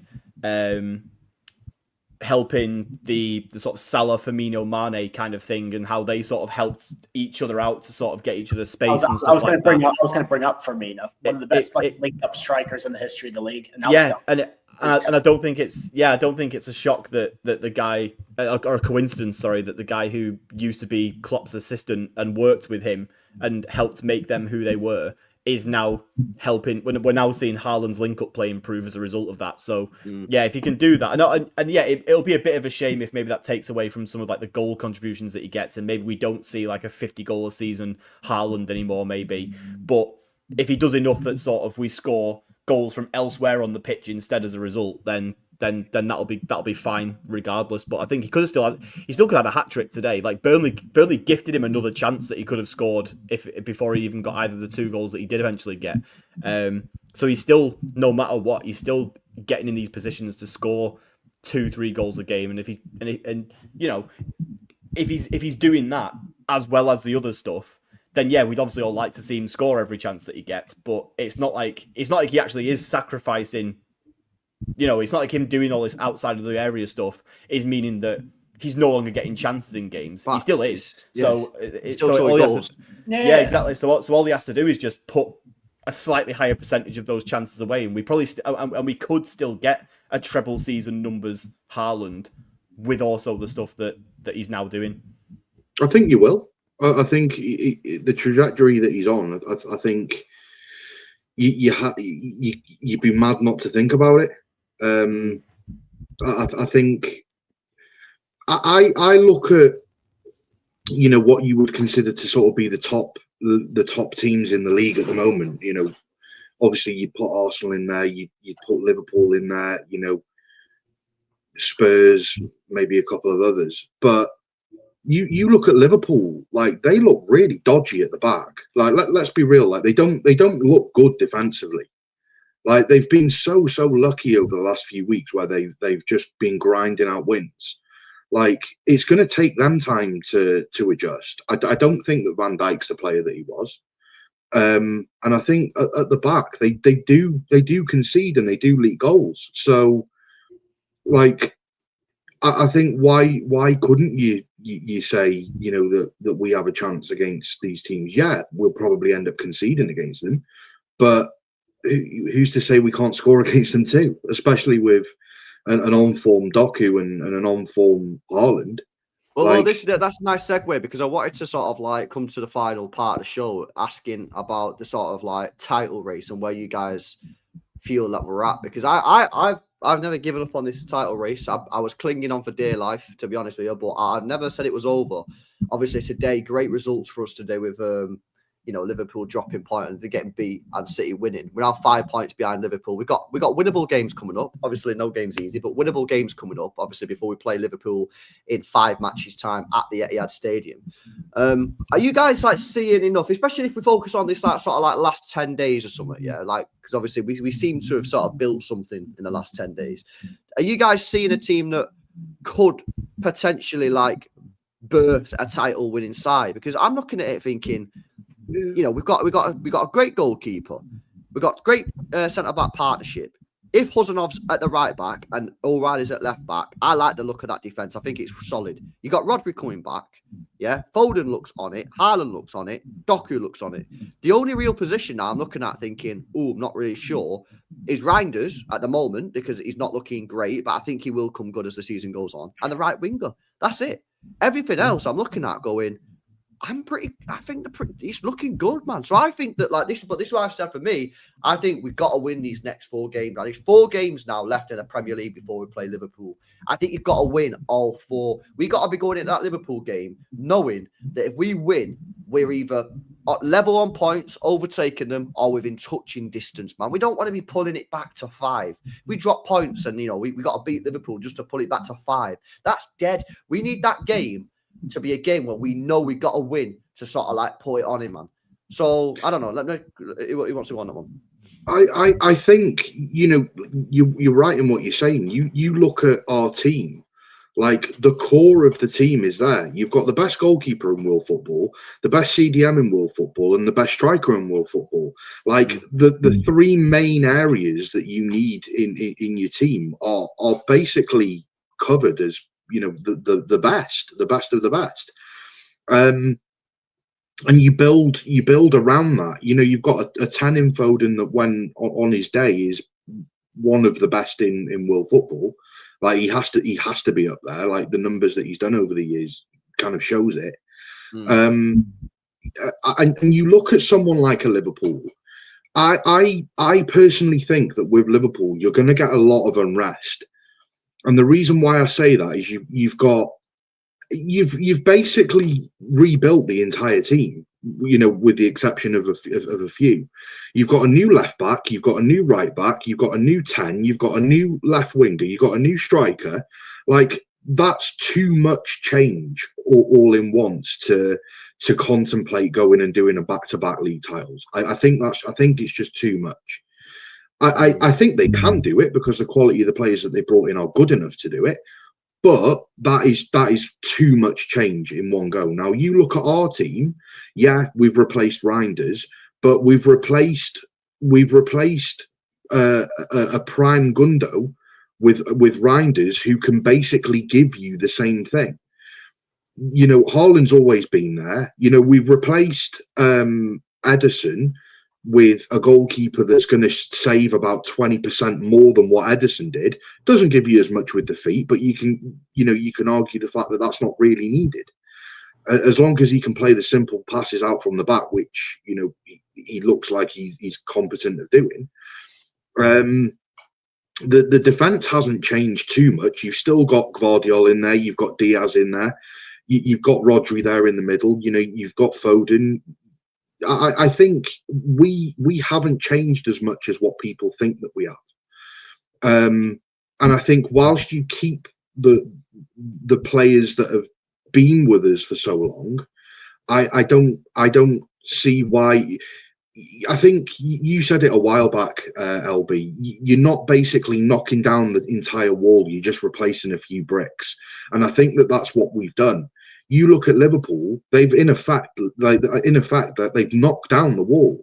They've got pretty much a whole new back line, with the exception of the centre backs. The midfield is pretty different, and the attacking line's pretty different. You've got Ekitike, who's doing all right, he's doing pretty well for his first season so far. But now you've brought in Isak, that's going to create an unrest between them, because you've got Ekitike that's come in. He's going to be like, well, I'm not going to sit on the bench, and then you've got Isak who's going to also be like, well, I'm not holding bench either. So I think you've got a lot of unrest there. You've got Wirtz, who's he's looking shabby, to be honest with you, but in time he will come good. I just think it's too much to ask Liverpool to go and do another Premier League this season. He looked stressed today, Slot, after the game, by the way. He lost, but he looked stressed. I think he called one of his players out in the presser. I can't remember. Yeah, I don't know who it was. It was somebody who tried to do a counter attack, wasn't it, with the last minute of the game. My thing with Liverpool is that I don't think people would have said the same thing about us with Mahrez coming in, and that means that Bernardo's got to sit on the bench, or these players like Alvarez, Haaland's coming, so Alvarez has got to sit on the bench, and that'll create loads of unrest.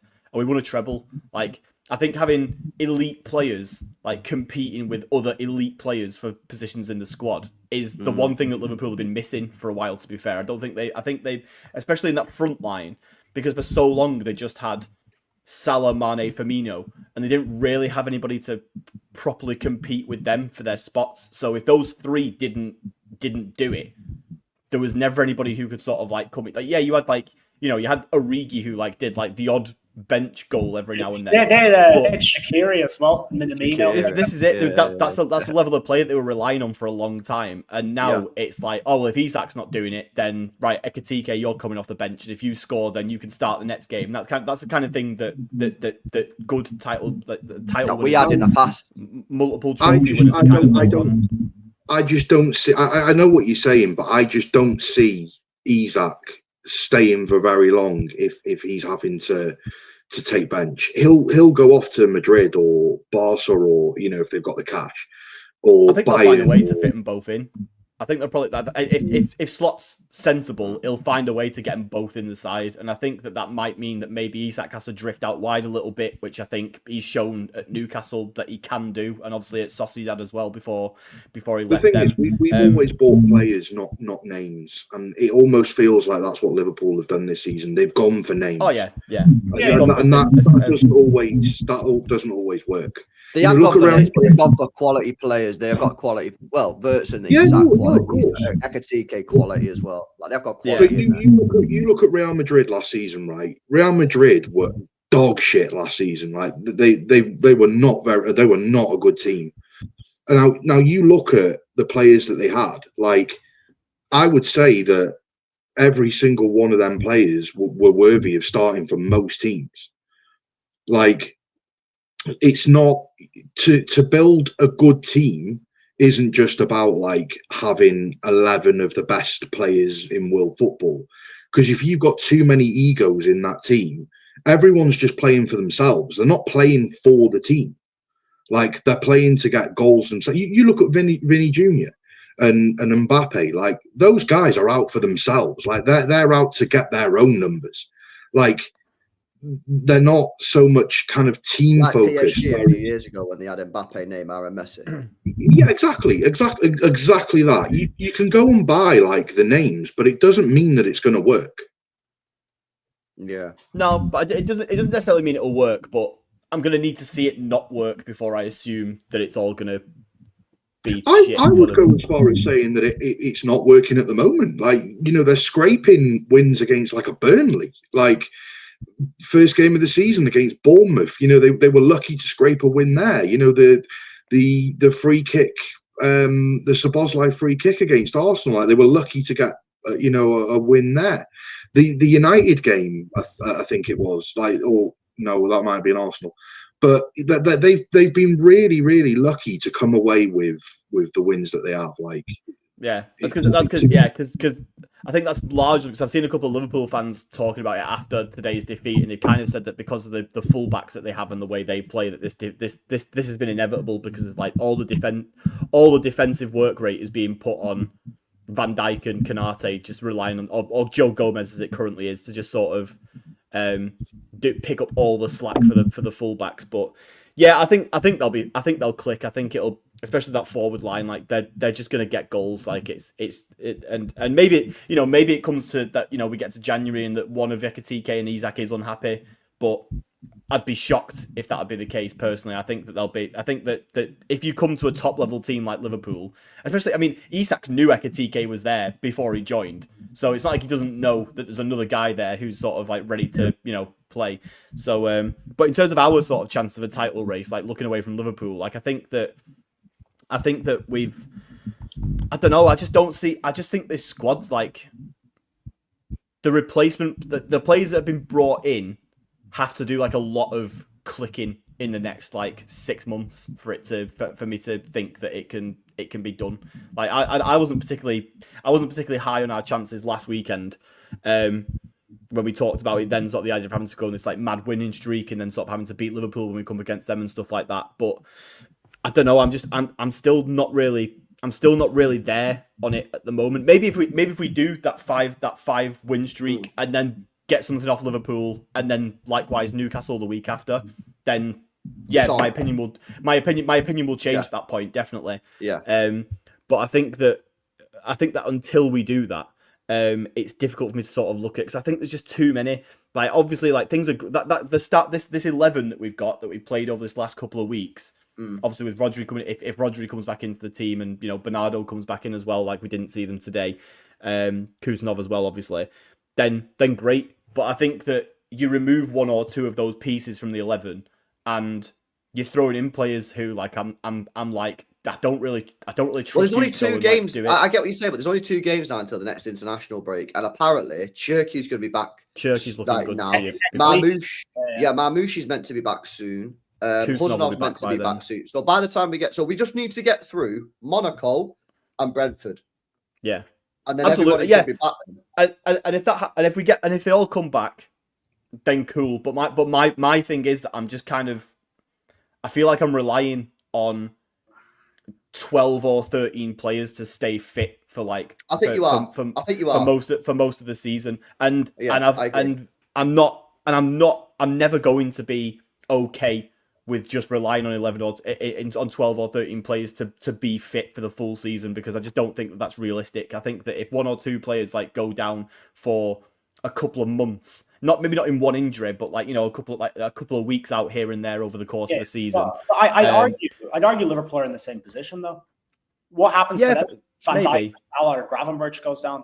They're probably worse in the sense that they're relying on literally like 2 or 3 players to stay fit for the full season. Like if you say Van Dijk goes down, they are done. Like it is game over for them. And I think that's probably so they're maybe a bit more of a predicament in that. But either way, like we haven't even talked about Arsenal, and I know that Arsenal like have been a bit of like a Arteta fucking talking about like doing victory laps for a 1-1 draw against City in the 92nd minute or whatever. But like I think I still think they've got a really good squad and they can conceivably put together like it's not just us v Liverpool. Like we have to worry about Arsenal as well, and I think that they're in a position where they could maybe if we look ropey, we look like a sort of if we look like a high 70s, low 80s kind of points team this season, and Liverpool look like they might be in that same bracket. Like, I don't think it's beyond the realms of possibility that Arsenal end this season with like 84, 85 points. I hear it. I look at Arsenal, and I think to myself, Arsenal for me look like the most.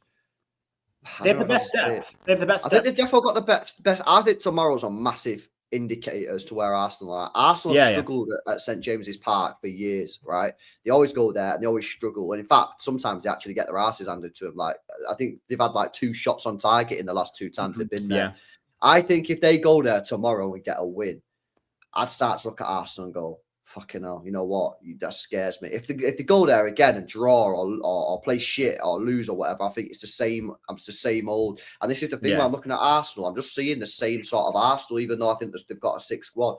I think tomorrow is a massive, massive day tomorrow. If they go there and win, that's big. Then I'll fully respect them. Yeah. Yeah. I think. Okay. Yeah. So my take on like the title race and with Liverpool in isolation is, okay, so it's 5 points. That's 2 results. They're still the team to beat. They're still ahead of us. If we win all our games and then beat them, that's 2 points. That becomes like a proper title race. Now let's look at their squad. I think talent, band for band, we're about equal. But in that squad, how many of them have been in a proper title race? Can they handle the pressure? Because last season was not a title race. That league was wrapped up by January. Yeah, correct. None of these players have faced pressure, and some of them have. I mean, Salah has, Van Dijk has, Konate has, like the 21-22 season. They were in a title race. But vast majority of that squad hasn't. Like Bevo said, our squad hasn't changed all that much. We've got Foden, Diaz, Vardiol, John Stones, and Haaland, etc., who were there in 23-24, and we had to win every game until the final day against Arsenal. We've seen pressure. Have Liverpool seen pressure yet? If we close that gap down to 2 points, I'm not sure they'll be able to handle it. It's not a talent thing. It's what's going on up here thing. Isak's never been in a title race in his life. Frimpong and Wirtz have won a title, but they won it by 17 points, so they haven't felt that pressure yet. I just don't know if Liverpool, most of their squad knows what it means to be in a proper title race. I think we've been there, done that before. I think if it comes down to 2-3 points, I think we'll be able to come out on top. Oh, we're definitely the ones that are most equipped. Yes. To deal with a race if we get stuck in it out of all 3 teams, 100%. Only thing is though, if it comes to like the final, the sort of like a 2 points kind of like end of season race where we have to win every game from like March onwards or whatever. Like of our starting 11, so let's assume our starting 11, our best 11 is for argument's sake just the one that we've seen over those 3 games, the the United, Napoli, Arsenal team. Let's just say that's our best 11 for argument's sake. So Donnarumma has won titles with PSG, which I'm not being funny, at a canter. So not really the same kind of thing. You want a Champions League, though. Yeah, Champions. Yeah, but it's not the same. It's not the same as like a must win every single game for 3 months in a row title race kind of thing, is it? Yeah, it's not relentless. Kusanov never dealt with it. Gvardiol hasn't seen it at Manchester City. Yes, he has. Yes, he has. 23, 24. Did we have to do all that to the final game? Yeah. That was much more close than I think it was. Okay, so Gvardiol has. Nico O'Reilly hasn't. Ray and Nori haven't. In midfield, Reinders hasn't. Obviously, Rodri has. Foden has. Doku hasn't. Whoever you put on the... Well, if we say Bernardo plays, then yeah, he has. And Haaland has. So that's like half our squad hasn't. And obviously that's not the same as Liverpool, where like all but 2 or 3 of theirs haven't. But it's still a good chunk of our guys that haven't really faced the pressure. I know that Doku was in the squad in that 23-24 season, but he wasn't there. He wasn't in the squad every week. In that sort of... By that token, you'd have to count Nunez as well, and I'm not counting. Yeah, but they both weren't really involved in it. Obviously, they were still around the squad. Who have been there and done it. We have the Diaz, Gvardiol, Rodri, Foden, Haaland, Court, like spine. That's what I've always said about going back to what you were just saying then, Joe. I've always said about City this year, if we're going to win anything this year, it'll be because of our spine. It'll be because of our core players that have been there and done it. It won't be because of Reinders.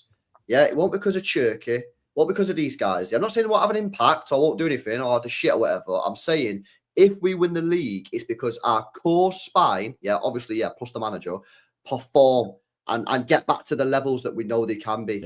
Yeah. And if Donnarumma can, because obviously he's in there, our 2 centre-halves can, Rodri can, Foden can, Haaland can, we've got as good a chance as anybody.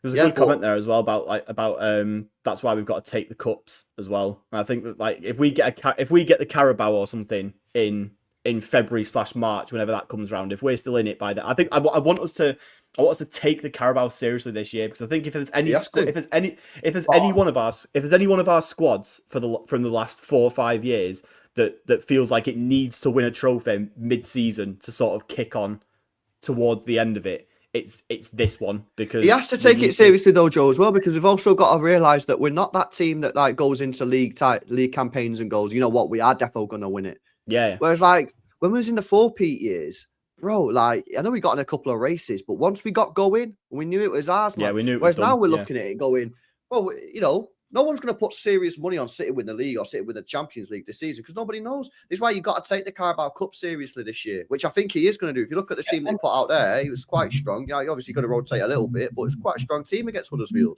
And statistically, there's so many times where we've won the Carabao and we've gone on to win the league afterwards. Even before Pep, in 13-14, we won the League Cup, we won the league. 17-18 we did, 18-19 we did, 19-20 we won the Carabao, but the league was already dusted, so it doesn't really matter. 2021 we did. Like, it breeds winning mentality. A lot of the rest of the season will be decided up here. I don't think it's 100% talent thing. I think we've been there before, and I think if we get back to our old habits of being ruthless, putting together winning streaks, and even winning the Carabao, I think that will definitely spur us on. And that's why I've been saying for ages, Danny, this football club is dying for a winning run, bro, because we all need it. Everybody needs it. Do you know what I mean? Like, look at us at half time today. Yeah, 3 years ago at half time, if this match, we wouldn't be losing our shit against Burnley as well. Newly promoted Burnley. No way we even have the conversation, bro. If it was 1-1, at half time 3 years ago, we wouldn't be losing our shit. We'd be going, a bit shit, but second half we'll cook these guys. But we're so vulnerable. We're so fragile. Is the word I keep on using. At half time, everyone's stressed, bro. Everyone's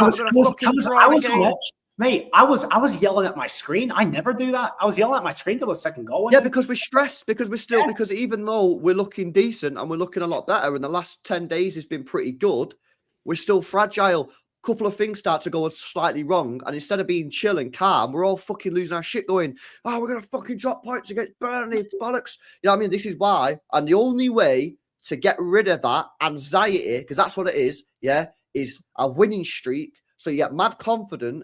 And then if you go like 10 games in a row and you're smashing everybody and you get mad confident, then you get to half time, you draw in 1-1, and instead of being panicky, you're like, don't worry, second half, we'll go out there and we'll batter them. But unfortunately, we're not quite at that level yet.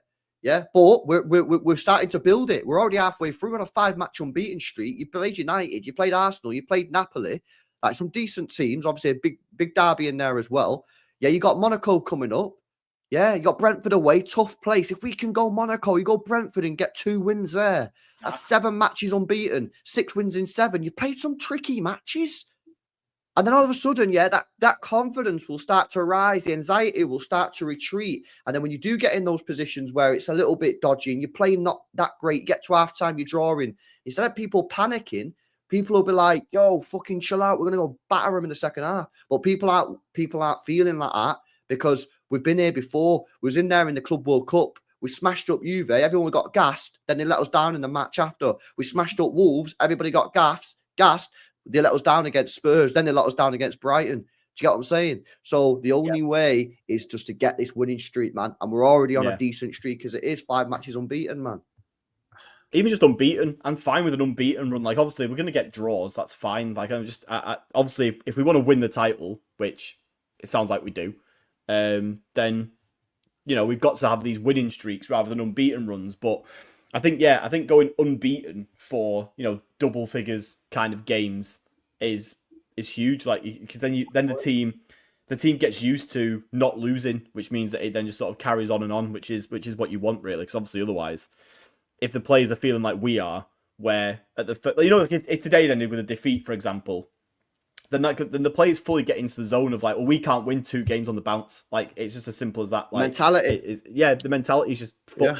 And I think that, if you just sort of get back into a position like winning back-to-back Premier League games would be a start, and then we can just sort of go from there and hopefully, get a bit of a run together, because I might be a bit down on whether or not we'll win the league this season.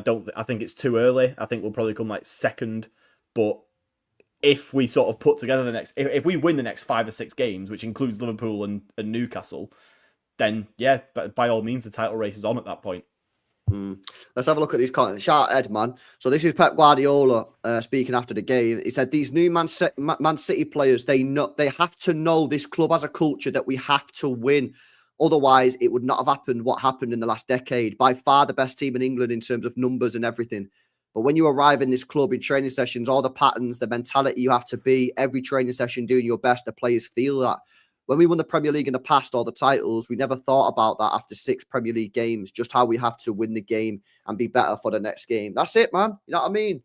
Mentality. You know what I'm saying? You got to win the fucking matches, mate. Yeah, you're on 200 grand a week to fucking win, and you ain't got to perform, mate. You get dropped. So get that mentality cooked rapid. You know what I'm saying? But these players are looking good, man. You know what I mean? We're looking all right. We're looking decent, but it's fragile. Yeah, there's this Monaco game next week. I don't want to take a point. Yeah, I want to take a point, man. I don't want to take a point on Monaco. I want to go there and win. They lost like 3-1 to Lorient today. That is an embarrassing result for them. They're not some crazy good team. They are a team that we should be beating. I want us to put a statement there. Yeah, there was a conversation John Stones had a few years ago where it came out in the media, and Declan Rice, I think it was the year that he joined Arsenal, and he said that there was like an England training camp or whatever, and John Stones was there with Rice, and Rice came up to him and he goes, "Oh, we're playing you in a few weeks, aren't we? We're playing you in a few weeks." And he went, "No idea." He was like, I know we've got a game. I know we've got a game when I come back, but," and he was like, yeah. It's literally like next game or something. There you go. Yeah, that one. And like that's exactly it. Like, that is the mentality. Like and it's shown. Like, you know, Arsenal, you know, haven't won anything. So, like, it clearly shows the difference in the mentalities by the fact that, you know, you've got John Stones that like doesn't even know who he's playing when he's playing, and then you've got Declan Rice that's got the full match list fixtures in his head. Yeah, it's because bro, to win a league, you've got to win the games. Yeah, and I know. Yeah, we're fans, right? So we look at things a little bit more, you know, big picture. So we're looking at the next 5 games. We're looking at it saying, "Oh, we need to win all 5 games," right? But as a player, just win your next fucking match. Yep. Oh, won the match, boom. Right, let's on to the next one. Win that match, boom. No point in the players thinking about, oh, we got to win the next 5 matches, because then they'll get in their head about shit. They just got to win the matches ahead of them.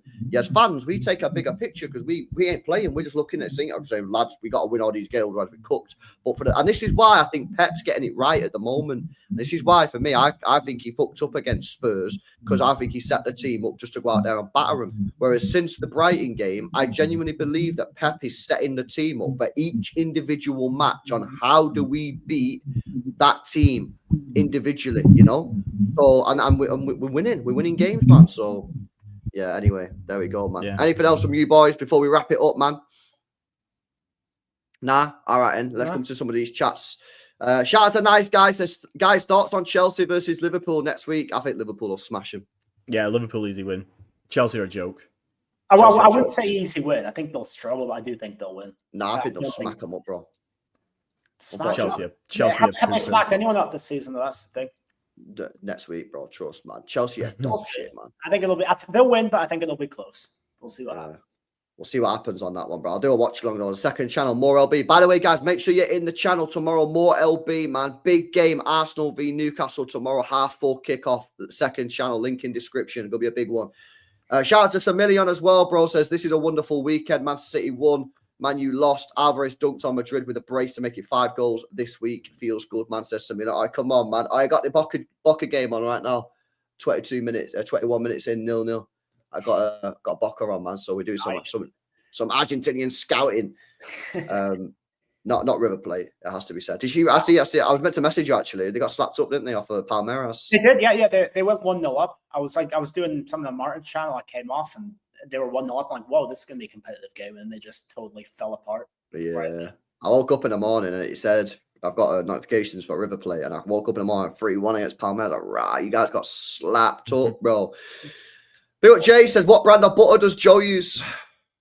I don't actually know. Clover. I think Clover's what we get. Clover. That's the worst one, bro. I don't buy it. My girlfriend buys it. I don't care what we. It just goes on. It goes on bread, doesn't it? Like I don't care what brand it is. I was gonna say, is there really a difference? Butter is just butter, isn't it? Nah, there's a huge differences, man. There's huge differences. Lurpak is the elite tier butter, but I'm not paying like a tenner for a tub of it so it can get in the fucking bin. See, it's just non-salted or salted butter. I have the non-salted version, but yeah, I don't know, man. No, I don't know. I like Flora Light. Flora Light. That is good. Flora Light. Yeah, lower calories. Wait, hang on. Wait a second. It might be Flora. I might be getting this wrong. Flora. Let me have a look at this. Mine's Flora Light. I got low calorie in it. You know what I mean? It's Lurpak. It is Flora, not light, but it is Flora. Yeah, Flora. Yeah. Now Lurpak's actual legit butter in it. Fairs. Kerrygold, yeah, but we're not all fucking rich, Jules. Kerrygold. They got like locks on those shit in the in the shops now. You know what I mean? It's crazy, bro. It's a madness. It's actually crazy. Come where I live, and they've got locks on. They've got locks on the mints. Just packs of mints with locks on them, like. It is wild. It is wild. All right, and lads, man, I'll leave it there. Big up to everybody in the building, man. I'll be back tomorrow for a little bit of a review. We'll go through some stuff from yesterday, have a bit more of a chat, and then obviously, like I say, second channel, more LB. Make sure you are subscribed to it, man. Links in description. Just do it now, rapid. Make sure you guys are subscribed to Not In My Lifetime podcast. That is in the description. City Ramble in the description. Shades of Blue. He couldn't be here tonight. Tarek, yeah, he's out. You know what I mean? But make sure you shout him out. And Jay Talk Sport. All the links are in the description. Whack it. Click subscribe. Takes you a second. And subscribe to more LB. I will see you tomorrow. Peace out, man.